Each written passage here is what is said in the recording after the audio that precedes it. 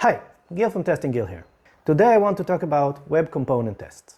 The way web application works is that servers send HTML code into the client. The source of this HTML is some code that runs in the server, gets processed, and then delivered from the server to the client. The browser then takes this HTML, renders it, and displays text and images and videos. It also processes the user interaction with the page. The thing is, browsers show complete HTML. Now, we know that in modern frameworks we develop components. Now, where are those components in the HTML? How can I access them? And more importantly, how can I test them? Here is a page. The thing in the middle, the label and the text box, is a React component.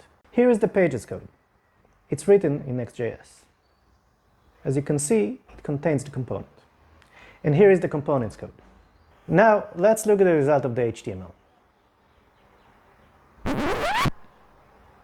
Dude, where's my component?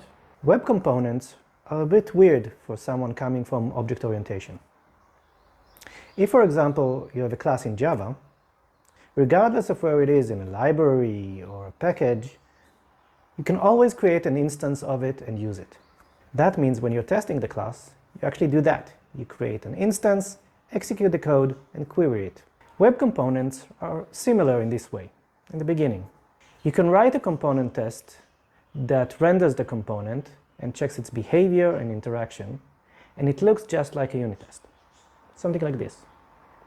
But then things change. Remember that web pages don't have any recollection of their internal components?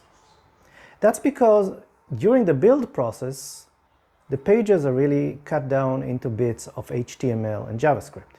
Looking at the resulting HTML, you might be able to pick up bits of JavaScript and HTML that are related to the original component. Because of the optimization of the build process, some of the bits will not be as recognizable. The rendered component becomes part of the HTML and JavaScript. There is no instance of it. There are no properties we can check and query. But still, I have my component test. How does it work? Well, you see this render command?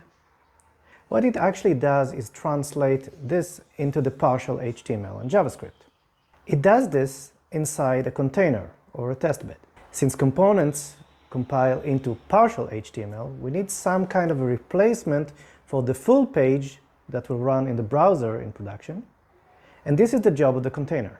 So the test actually has access to our component alone. There's no whole page that handles events or includes other components.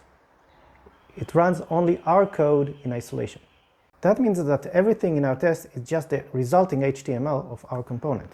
Just like a real unit test, we have achieved isolation from the rest of the containing world. And that's cool, because isolation gets us speed and focus, and easier maintenance and easier debugging. In fact, in our tests, we don't need a server, we don't need a browser that loads and calls the server and asks for the entire page, and then we need to look for elements that may or may not be there while we're looking for them, and then operate them. Think of the test bed as a small HTML processor that runs in process, and when we're done with the test, it just lives without leaving a footprint. Much like a unit test. Of course, if our component calls out to a service or an API, or try to reach some kind of resource, it might fail. We need to either place those resources or mock the calls to them. Exactly like unit tests. Component tests are fast, focused, small, and turns out very stable. When we handle external resources correctly, these tests are dependable as much as unit tests. And we really like these kind of tests. Final thing. We couldn't write a component test if we didn't have a component. Turns out that if you write the code in some way, it really impacts the stability of the same code. Who knew? You can make your test in life easy or hard. Component tests are unit tests' bigger siblings. You probably run them together to get quick feedback. One fast and happy family. Thanks for watching. If you like this video, hit the like button, subscribe, leave me some comments down below. Have a nice day. Bye.